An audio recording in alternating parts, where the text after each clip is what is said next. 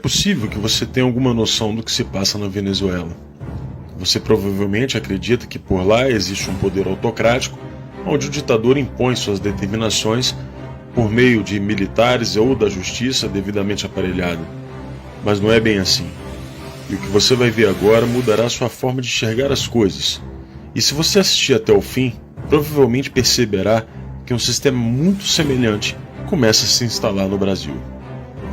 Na Venezuela, alguns grupos operam como proprietários de suas áreas. São os coletivos.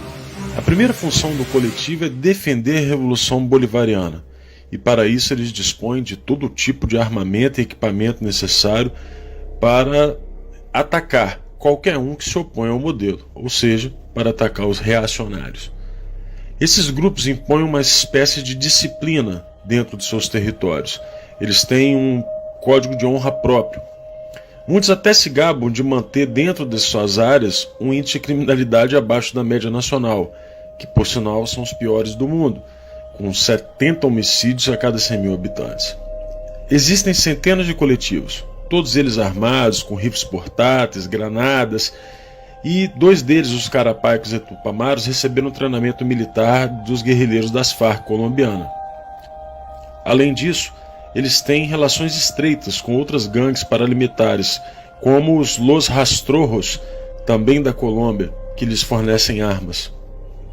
Esse grupo colombiano vive em conflito com o Exército de Libertação Nacional da Colômbia, que já se faz presente em 10 estados venezuelanos. O conflito entre essas organizações é uma constante, a disputa por territórios, muito parecido com o que acontece no Brasil. O governo venezuelano sustenta esses grupos por meio de planos sociais, concede recursos para seus projetos culturais e são eles que cuidam da distribuição de alimentos, entre outras benesses, naquele ambiente de fome e miséria. Enquanto mantém a sua fachada social, esses grupos atuam no tráfico de drogas, roubos de automóveis e outras ações características do crime organizado. Quem começou tudo isso foi Hugo Chávez, que financiou e permitiu que esses grupos crescessem nos bairros pobres do país. Nicolás Maduro herdou esse sistema, e os grupos que não estão sob seu controle estão sob o controle de 2 figuras sombrias do regime: Diosdado Cabello, acusado de ser um barão do narcotráfico da América Latina, e Fred Bernal, atual chefe nacional dos comitês locais de abastecimento e produção.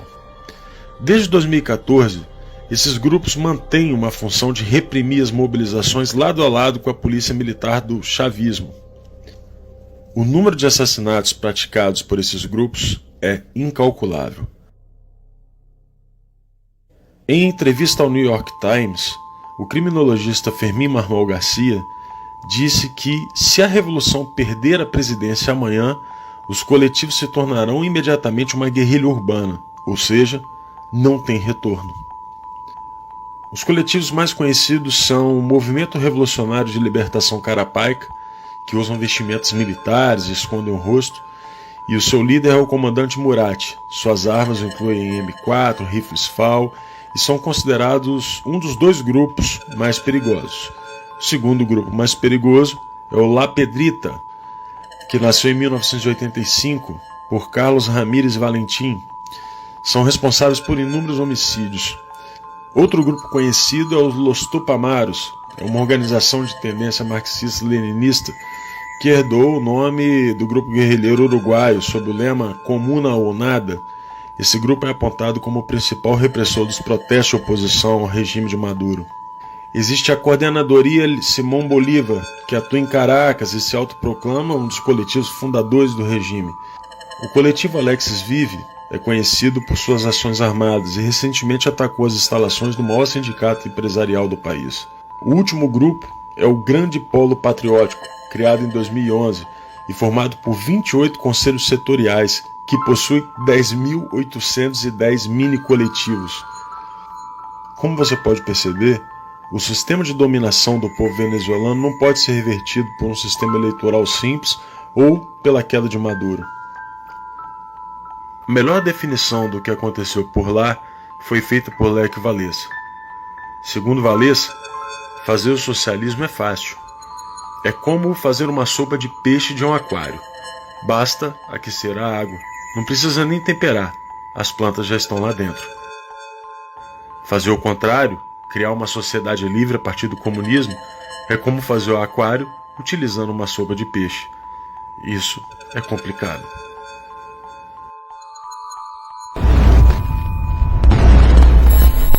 E venha, isso é com isso que eu vou terminar, venha Bolsonaro, venha que nós vamos organizar a rapaziada da periferia e nós vamos ver quem é que vai resolver essa parada.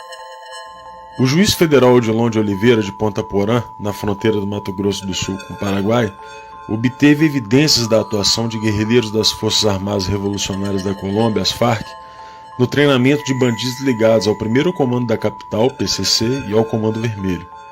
Segundo as apurações de Oliveira, quadrilhas de narcotraficantes do Brasil são os principais clientes da América do Sul na compra de cocaína produzida pela facção colombiana. Eles treinam brasileiros lá para agir aqui.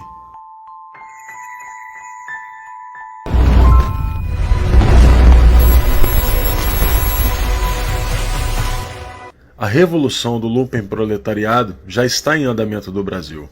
O lumpenproletariado, esse produto passivo da putrefação das camadas mais baixas da velha sociedade, pode, às vezes, ser arrastado ao movimento por uma revolução proletária. Todavia, suas condições de vida o predispõem a vender-se à reação. Karl Marx.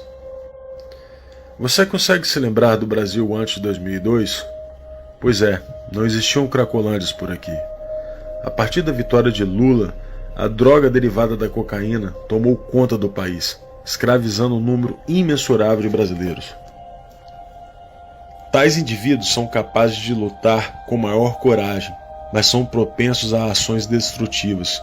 Conduzidos de maneira correta, podem converter-se numa força revolucionária. Mao Tse-tung, em Análise das Classes e Sociedade Chinesa. Frantz Fanon é um teórico marxista muito conhecido entre as esquerdas. Seguidor do maoísmo, é proponente de uma revolução mundial, razão pela qual ações muito semelhantes acontecem em todos os lugares onde o comunismo possui seus tentáculos. É dentro dessa massa da humanidade, esse povo das favelas, do núcleo do lumpesinato, que a rebelião vai encontrar o seu ponta de lança urbano. Venha Bolsonaro, venha que nós vamos organizar a rapaziada da periferia e nós vamos ver quem é que vai resolver essa parada. Este lumpenproletariado é como uma horda de ratos. Você pode chutá-los e jogar pedras neles, mas, apesar de seus esforços, vão continuar roendo as raízes da árvore. O lumpenproletariado, uma vez que é constituído, traz todas as suas forças para pôr em risco a segurança da cidade. E é o sinal da decadência irrevogável, a gangrena sempre presente do coração do sistema colonial. Aqui no Brasil, a gente reagiu. Fomos às ruas e exigiu o fim de um governo que estava corroendo a nossa sociedade por dentro. E conseguimos uma vitória singela, mesmo que os revolucionários tivessem tentado impedir de todas as formas. Acontece que a revolução lumpenproletariada estava em andamento por aqui, e não será fácil reconstruir um aquário a partir de uma sopa de peixe deixada pelo petismo. Você então se pergunta como podem haver banqueiros, artistas, intelectuais e membros da elite que não conseguem perceber esse tipo de situação e ainda assinam manifestos junto com Ciro Gomes, que, como já vimos, tem exata noção do que está acontecendo. E para isso, Karl Marx também tem uma explicação. A aristocracia financeira, tanto no modo de obter seus ganhos quanto no modo de desfrutar deles, nada mais é que o renascimento do lumpenproletariado nas camadas mais altas da sociedade burguesa. O lumpenproletariado não está limitado aos drogados, bandidos, famigerados da classe marginalizada. Estão nos poderes, nas corporações, na mídia e no judiciário. Veja que até as opiniões de alguns jornalistas conhecidos têm mudado, e isso acontece de acordo com a mudança de quem banca os seus contra-cheques. São as pércoras do jornalismo, ou os degenerados da informação. No judiciário, do mesmo modo, um número cada vez maior de criminosos é colocado nas ruas. Parte deles para alimentar a massa revolucionária, e outros vinculados justamente aos grupos que tratamos há pouco. Tudo isso é feito às claras. Não existe segredo. Preciso que a gente denuncie isto. Que a gente anteveja esse tipo de manobra. Porque não se pode fazer isso com o Supremo Tribunal Federal. Agora eu vou dar uma desperto e vou conseguir a decisão do aborto. De preferência, na turma com 3 ministros. Aí a gente faz um 2-1. E deixa de fora desse seu mau sentimento. Você é uma pessoa horrível. Uma mistura do mal com atraso e pitadas de psicopatia. Isso não tem nada a ver com o que está sendo julgado.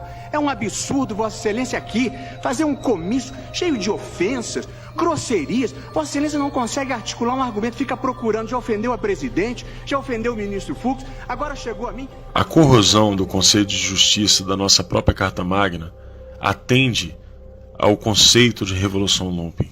Afinal, a disciplina e os códigos de honra, como já vimos, terão que ser aplicadas por grupos criminosos ao fim da conclusão do processo revolucionário. Agora que você já sabe qual é a situação que nos encontramos, eu faço um pedido. Não desista do Brasil.